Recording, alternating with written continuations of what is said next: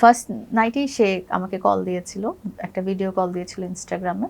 And ওই দিন সে আমাকে অনেক কিছু শেয়ার করলো, তার কাজ কিভাবে করে, তার রুমটা কেমন, তার রুমে তার সাথে কে থাকে, অ্যান্ড তার প্ল্যান কি। দেখলাম যে তার অনেক হাই অ্যাম্বিশন, হ্যাঁ, ওর এইমটা অনেক উঁচু, লাইফে অনেক কিছু করবে, অ্যান্ড সে সেটার জন্য খুব ডিটারমাইন্ড। তারপরে এরকম করে কথা বলতে বলতে সে সকালবেলা ওই ফোনটাই তার আম্মুর কাছে নিয়ে গেল। ওর আম্মু আমাকে কথা বলতে ওই একই দিন, ফার্স্ট দিনই ওর আম্মু আমাকে তাদের পাখি দেখালো, বাসার গাছ টাছ দেখালো। তার আম্মু বললো যে সে আমাদের বাসায় আসতে চায়, বিকজ আমাদের বাসায় পাখি টাখি আছে।